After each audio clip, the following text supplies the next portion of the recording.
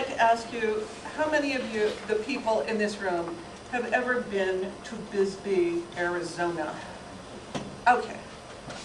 You would agree that it's sort of the end of the universe? Yes.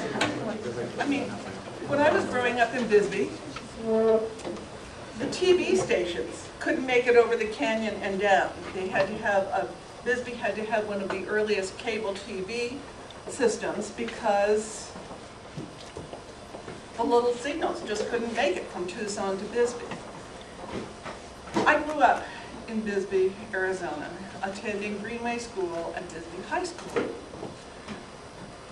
And one of the reasons I'm here today is that growing up and going to Bisbee, the Greenway School, every day after lunch, when we came back after lunch, the teachers in our classrooms read to us. Black Beauty, Charlotte's Web, Little House on the Prairie. Listening to those stories, hearing the words read, and putting the pictures in my mind was a very important process for someone who wanted to be a writer. And the truth is, I wanted to be a writer from the time I was in 2nd grade. In Mrs. Spangler's room in 2nd grade, over under the windows, there was a bookshelf. And if you finished your work early, you could go over and choose one of those books and read it. On the bookshelves, I found a complete set of the Wizard of Oz books by Frank Baum. Not just the Wizard of Oz, but all of those other books as well.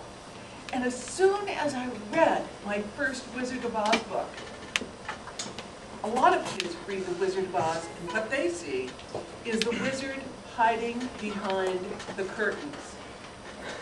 What I saw was Frank Baum hiding behind the words.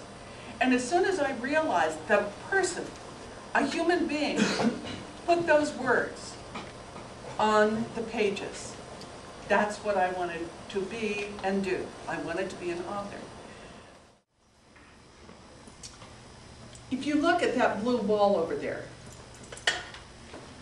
you wouldn't see the picture, the black and white picture, if it weren't in contrast to the blue wall. What makes that picture stand out is the fact that it's different from the background. And so writing is a matter of creating contrast and creating the contrast with words.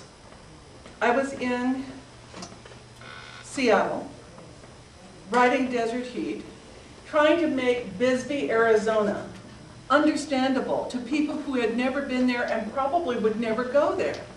And so I was in the process of describing the red shale hills and the gray limestone cliffs. And I finally figured out why Bisbee High School's colors are red and gray. But I had to be 1,700 miles away from Bisbee, Arizona, and trying to put that landscape into words before I could figure it out.